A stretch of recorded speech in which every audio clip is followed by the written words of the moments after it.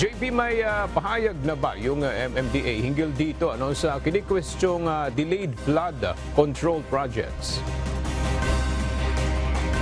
Yes, Aga, meron ng pahayag ang MMDA at ayon nga kay MMDA Acting Chairman Attorney Don Artes, ang mga naturang proyekto ay mga foreign assisted projects, kaya iba ang procurement process na nakapaloob dito.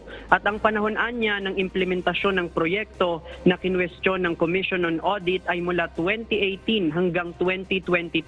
Ito anya ang panahon kung kailan tumama ang COVID-19 pandemic na nakaapekto sa mga proyekto kaya nagkaroon ng delay. Batay nga doon sa 22 Annual Audit Report ng COA sa MMDA, mula sa 47 na mga proyekto na bahagi ng Metro Manila Flood Management Project Phase 1 na dapat sana'y maisagawa mula 2018 hanggang 2022, 14 lamang ang natapos.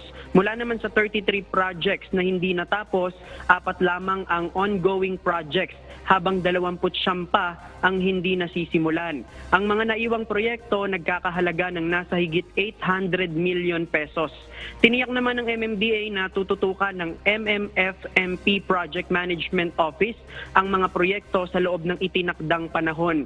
Ayon sa MMDA, sa ngayon ay nadagdagan na ang mga natapos nilang proyekto kumpara sa inilabas na report ng COA. Mula sa 47 projects na nabanggit ng COA, 27 na sa mga ito ang natapos na sa ngayon at 12 ang inaasahang matatapos ngayong taon.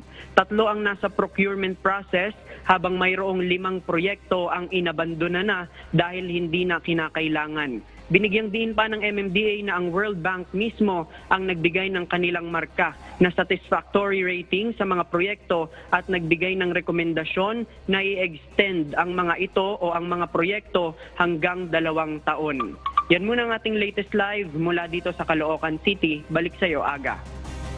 Maraming salamat, JP Nunez.